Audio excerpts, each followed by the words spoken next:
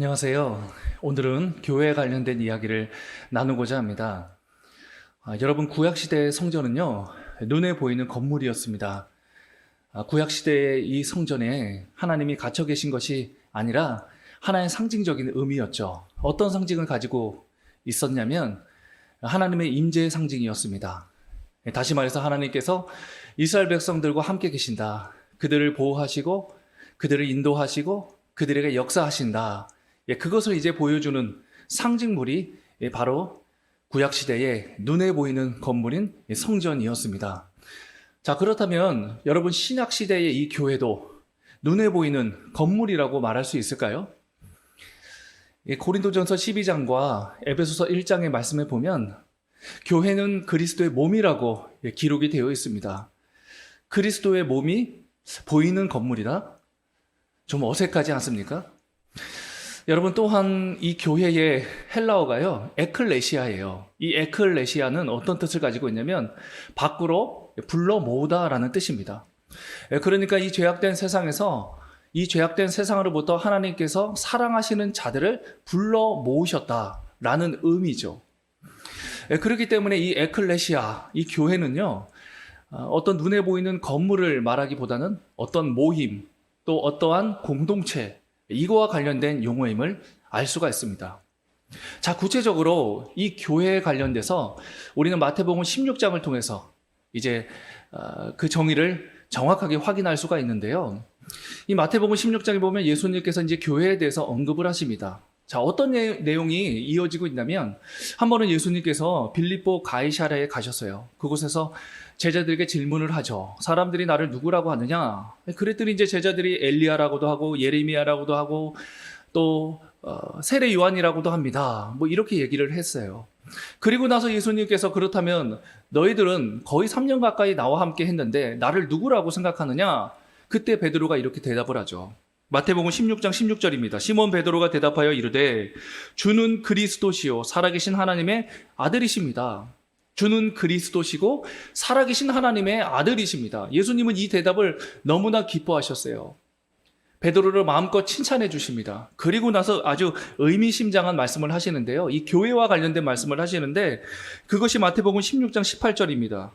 또 내가 네게 이르노니 너는 베드로라. 내가 이 반석 위에 내 교회를 세우리니 음부의 권세가 이기지 못할 것이다 라고 말씀해 주셨습니다. 너는 베드로다. 그 베드로의 고백을 들으시고 나서 예수님께서 베드로를 향하여 너 베드로지 라고 말씀하시면서 내가 이 반석 위에 교회를 세우겠다라고 말씀해 주셨어요. 그러니까 여러분, 이 교회라는 것은 이 반석과 관련이 있는 것이죠. 이 반석이 무엇일까요? 여러분, 사실 이 베드로의 이름의 뜻이 반석입니다. 그래서 학자들은 이 반석이 베드로와 관련된 표현이라고 이야기를 해요. 특별히 베드로가 고백했던 신앙 고백, 마태복음 16장 16절이 이 반석이라는 것이죠. 주는 그리스도시요 살아계신 하나님의 아들이십니다. 여러분, 그렇다면 이제 교회가 무엇인지 아시겠습니까? 교회는 사실 구약의 성전처럼 눈에 보이는 건물이기보다는 교회는 주는 그리스도시요 살아계신 하나님의 아들이십니다 라는 이 베드로의 고백을 동일하게 하는, 이 고백을 동일하게 고백하는 사람들의 모임, 그 사람들의 공동체, 그것이 바로 교회라는 것이죠. 다시 말해서 그리스도인들의 모임, 그리스도인들의 공동체, 그것이 교회라는 것입니다. 여러분, 이 교회는 대단한 능력을 갖고 있죠. 예수님께서 말씀해 주셨던 것처럼 내가 이 교회를 세울 것인데 음부의 권세가 이기지 못할 것이다. 음부의 권세, 이것은 지옥의 권세, 죽음의 권세를 말하는 것이죠. 교회는요, 이 지옥의 권세, 죽음의 권세가 침범하지 못한다는 것입니다. 교회는 언제나 삼위일체 되시는 하나님께서 지켜주시고 보호해 주시고 역사해 주시는 공동체로서 그 사탄의 모든 공격을 막게 해주심으로 바로 이 지옥과 죽음의 권세로부터 승리하는 공동체가 교회라는 것이죠. 여러분, 고린도전서 3장 16절에 보면 이런 말씀이 있습니다. 너희는 너희가 하나님의 성전인 것과 하나님의 성령이 너희 안에 계신 것을 알지 못하느냐. 여러분, 구약시대 성전은요, 눈에 보이는 건물이라고 말씀을 드렸죠. 그런데 신약시대에도 성전이 있다고 합니다. 너희가 하나님의 성전인 것과 하나님이 계시는 삼위일체 하나님께서 계시는 역사하시는 그 성전이 있다라고 해요. 그것이 무엇입니까? 너희가 바로 그리스도인들의 모임인 이 교회, 그리스도인들의 공동체인 이 교회, 그것이 바로 하나님의 성전임을 말해주고 있습니다. 그렇기 때문에 여러분, 이 교회의 주인 누구십니까? 바로 삼위일체 되시는 하나님이세요. 여러분, 이 교회는 절대적으로 하나님이 다스려야 하고 절대적으로 하나님이 통치하셔야 되는, 하나님께서 주인 되시고 하나님께서 왕 되시는 그 곳이 바로 교회라는 것이죠. 그렇기 때문에 여러분, 이 교회에서 만약에 하나님이 왕이 아니시고 하나님이 주인이 아니시고 사람이 왕 노릇하고 사람이 주인 노릇한다면 이 교회는 여러분 세상으로부터 비난을 받고 지탄을 받을 수밖에 없는 그런 공동체가 될 수밖에 없습니다. 그러나 이 교회에 정말로 하나님께서 왕 노릇해 주시고 주인 노릇해 주시고 모든 것들을 다스려 주시고 지배해 주신다면 이 교회는 세상으로부터 칭찬받고 인정받고 그리고 세상에 선한 영향력을 끼칠 수 있는 능력의 공동체가 될 수 있습니다. 저는 우리 신성북교회가 그런 교회인 줄 믿습니다. 자, 그렇다면 여러분, 하나님께서 이렇게 통치하시고 다스리시는 진정한 교회, 그 교회의 모습은 어떨까요? 저는 그것을 사도행전 2장 42절을 통해서 확인할 수가 있었는데요. 사도행전 2장 42절. 이제 성령을 받고 예루살렘에서 처음 교회가 생기지 않았습니까? 그 예루살렘의 처음 교회, 예루살렘 초대교회, 그 교회의 모습을 통해서 그것을 확인할 수가 있어요. 사도행전 2장 42절에 보니까요, 그들이 사도의 가르침을 받아 서로 교제하고 떡을 떼며 오로지 기도하기를 힘썼다라고 되어 있습니다. 첫 번째가 뭘 했대요? 사도의 가르침을 받았다고 합니다. 하나님의 말씀을 사도들을 통해서 들었다는 것이죠. 여러분, 하나님 말씀을 사모하십니까? 하나님 말씀에 집중하고 계십니까? 그 말씀이 너무 좋아서 기다려지고 있습니까? 그 말씀 가운데 살아가고 계십니까? 그렇다면 우리 신성북교회는 하나님께서 통치하시는 진정한 교회인 것입니다. 그런가 하면 두 번째는 무엇입니까? 서로 교제했다라고 기록되어 있어요. 서로 교제를 나누었다. 여러분, 제가 저번에 했던 그 강의를 통해서도 이 교제의 중요성을 말씀드렸어요. 히브리서의 말씀에 보면 뭐예요?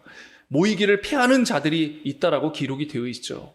그 모이기를 피하는 자들과 동일하게 하면 안 된다. 모이는데 노력해야 되고 모여서 교제해야 되고 사랑의 나눔이 있어야 한다라고 그렇게 말씀해주고 계시죠. 여러분, 진정한 교회, 하나님이 통치하시고 다스리시는 교회는 이런 교제의 모습, 사랑의 나눔이 있다는 거예요.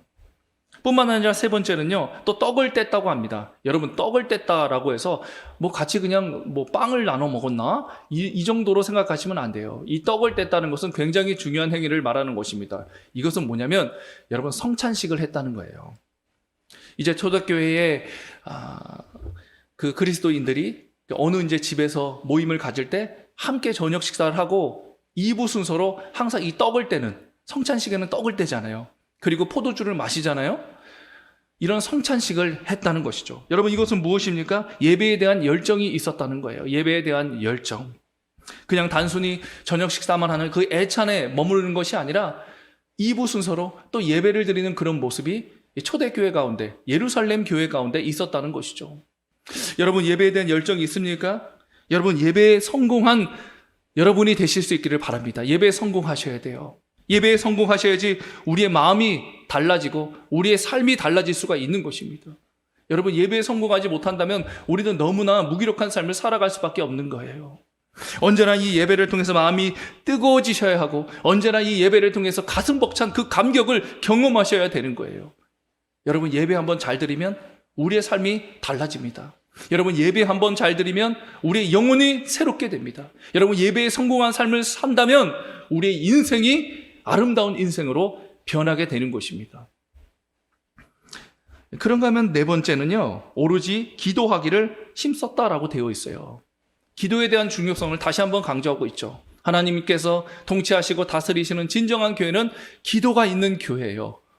우리 예수님께서도 제가 지난번 강의에도 말씀드렸지만 얼마나 기도의 삶을 사셨습니까? 거룩한 습관, 그것이 바로 기도이셨어요. 새벽부터 나가서 기도하셨어요. 무슨 일만 있으면 기도하셨습니다. 바쁜 가운데서도 기도하셨습니다. 예수님의 삶은 기도의 삶이라고 말해도 과언이 아닙니다. 그렇다면 여러분, 우리 삼위일체 되시는 하나님께서 통치하시고 다스리는 이 진정한 교회에는 바로 이 기도의 모습이 있어야 한다는 것이죠. 여러분, 또 다른 구절을 통해서도 이 진정한 교회의 모습을 찾아볼 수가 있는데, 마태복음 28장 19절 또 20절에 보니까 이렇게 기록되어 있죠. 그러므로 너희는 가서 모든 민족을 제자로 삼아 아버지와 아들과 성령의 이름으로 세례를 베풀고 내가 너희에게 분부한 모든 것을 가르쳐 지키게 하라. 볼지어다 내가 세상 끝날까지 너희와 항상 함께 있을 것이다 라고 말씀해 주셨죠. 예수님의 명령입니다. 무슨 명령이세요? 복음을 전하는 것이죠. 여러분, 바로 진정한 교회는 이 복음을 전하는 모습이 있어야 해요. 그런데 여러분, 우리가 복음을 전하는 거 참 중요한데, 복음은요 말로만 전하는 것이 아니죠. 복음은 삶으로도 전하셔야 합니다. 우리 이 자체가 복음이 되셔야 돼요. 그래서 사람들이 나의 어떤 모습을 보면서 나의 이 모습과 나의 어떠한 말과 행실, 그런 것들을 보면서 이 복음이 무엇인지를 알게 해 주어야 한다는 것이죠. 복음 전파에 힘쓰는 교회, 복음이 살아 역사하는 교회, 그곳이 바로 하나님께서 통치하시고 다스리시는 진정한 교회라는 것입니다. 여러분, 또한 마가복음 10장 45절에 보면 이런 말씀이 있죠. 인자가 온 것은 섬김을 받으려 함이 아니라 도리어 섬기려 하고 자기 목숨을 많은 사람의 대속물로 주려 함이다. 여러분, 또한 사도행전 9장 36절에 보니까요, 요바에 다비다라 하는 여제자가 있으니 그 이름을 번역하면 도루가라, 선행과 구제하는 일이 심히 많더니, 또 사도행전 10장 31절에 보니까 말하되 고넬료야, 하나님이 내 기도를 들으시고 내 구제를 기억하셨다, 이렇게 기록되어 있어요. 여러분, 예수님께서 이 땅에 오신 이유가 무엇이라고 합니까? 섬기려고 오셨다는 것이죠. 여러분, 사도행전 9장과 사도행전 10장에 등장했던 요바의 다비다, 그리고 고넬료, 이 사람들이 행했던 그 선행의 삶, 그것에 대해서 하나님께서 이렇게 칭찬해주고 계시지 않습니까? 여러분, 진정한 교회의 모습은 바로 이렇게 구제하는 모습, 섬기는 모습이 있어야 한다는 거예요. 우리가 이 그리스도인이라면 여러분, 우리의 삶에 대해서 정확한 우선순위를 정하셔야 합니다. 첫 번째는 무엇일까요? 당연히 하나님께 영광이죠. 우리의 모든 삶은 하나님께 영광으로 초점이 맞춰져야 합니다.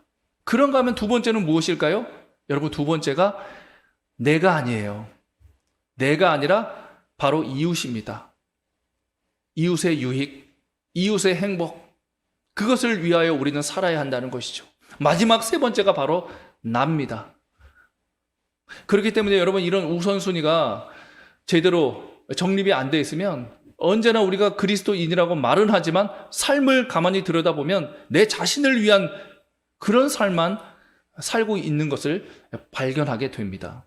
여러분, 반드시 기억하십시오. 우리 그리스도인의 삶은 첫 번째 하나님께 영광이요, 두 번째 이웃에게 유익, 이웃을 행복하게 하는 것이요, 마지막 세 번째가 나라는 것입니다. 그래서 여러분, 특별히 우리가 자녀들이 있는 그런 가정에서 이것을 잘 가르치셔야 돼요. 네가 사는 이유가 뭔지 아니? 네가 왜 이렇게 공부를 열심히 해야 되는지 아니? 네가 왜 이렇게 어떠한 일을 함에 있어서 최선을 다해서 또 돈도 많이 벌어야 하는지 아니?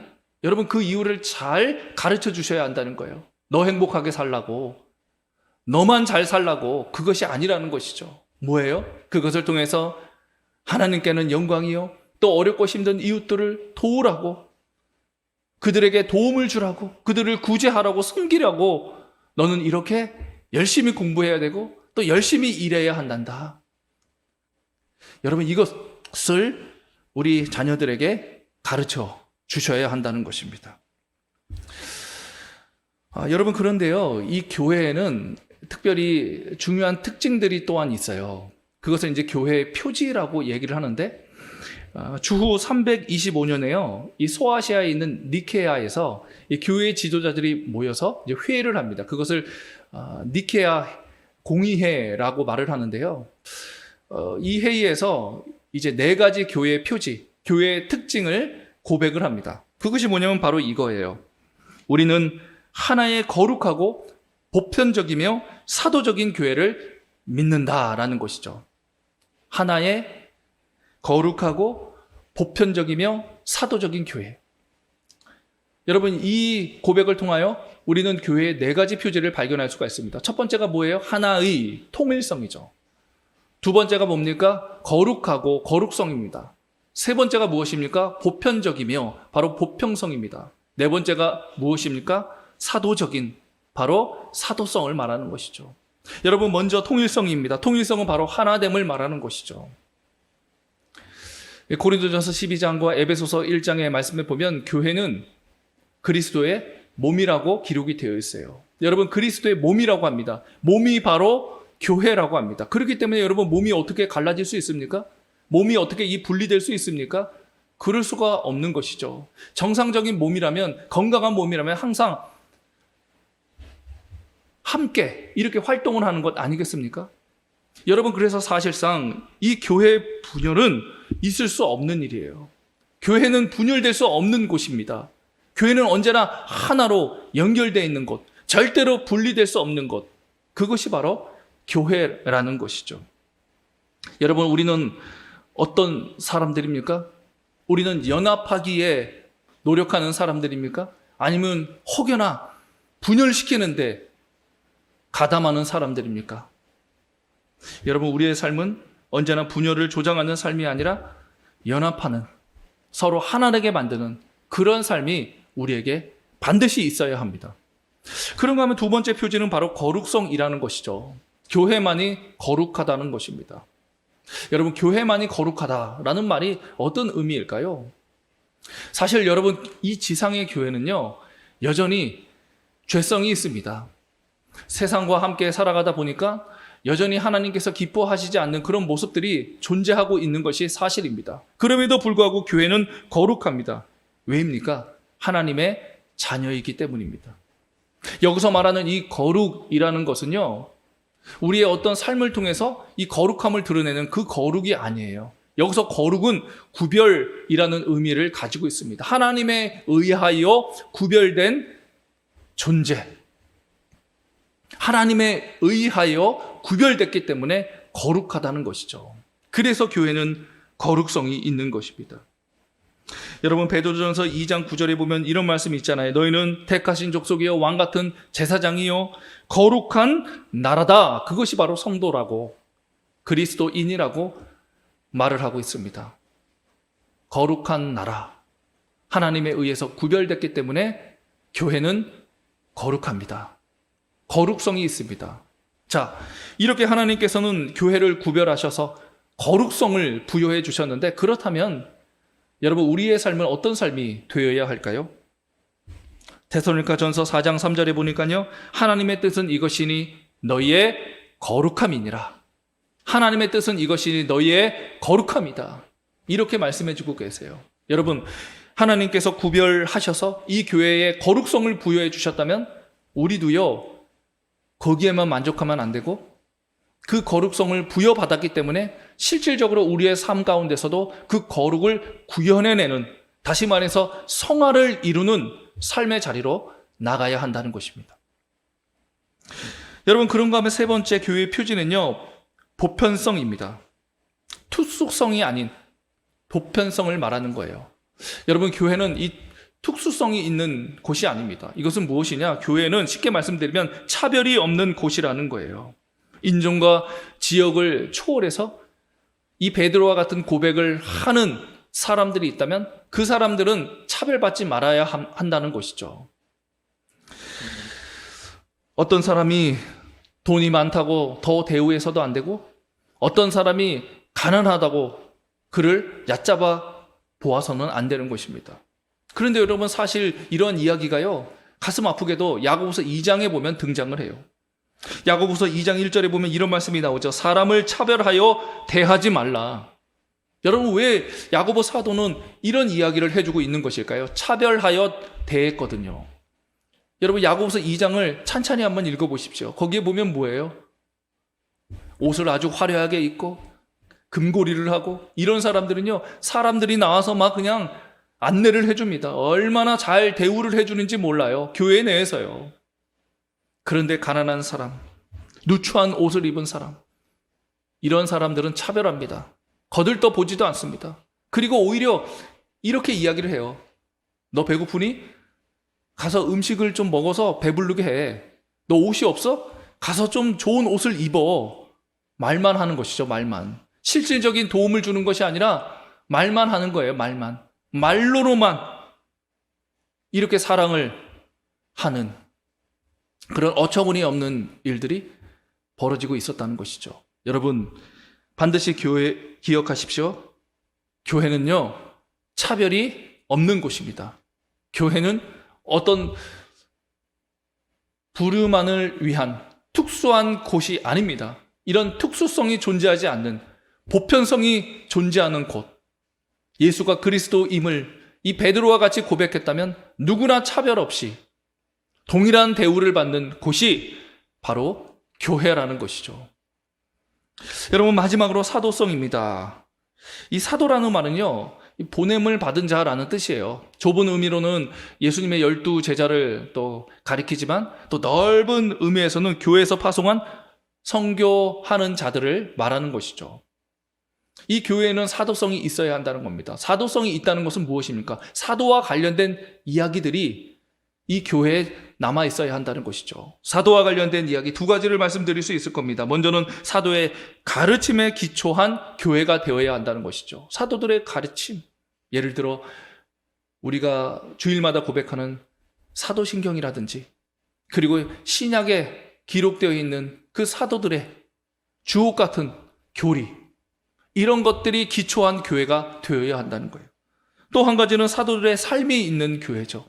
여러분, 사도들의 삶은 무엇입니까? 크게 두 가지로 말씀드릴 수가 있죠. 복음을 전하는 삶이었고 또 이웃을 위한 삶이었습니다. 이런 열정적인 복음 전파, 또 이웃을 위한 사랑의 헌신, 희생, 이것이 있는 교회가 바로 사도성이 있는 교회라는 것입니다. 이제 말씀을 마치려고 합니다. 오늘은 교회에 관련된 이야기를 나누었는데요. 여러분, 교회는 구약의 성전처럼 눈에 보이는 건물이 아닙니다. 교회는 바로 우리입니다. 교회는 바로 베드로와 같은 고백을 하는 이 그리스도인들의 모임, 이 그리스도인들의 공동체, 그것이 바로 교회입니다. 이 교회의 주인, 이 교회의 왕은 하나님이십니다. 그러하기에 우리 신성부 교회는 언제나 하나님께서 왕이시고 주인이시고 다스리시고 통치하시는 진정한 교회인 줄 믿습니다. 우리 주 예수 그리스도께서 이 땅에 재림하시기 전까지 우리 신성부 교회가 이런 진정한 모습을 품을 수 있는 그런 아름다운 교회 되기를 간절히 축복합니다.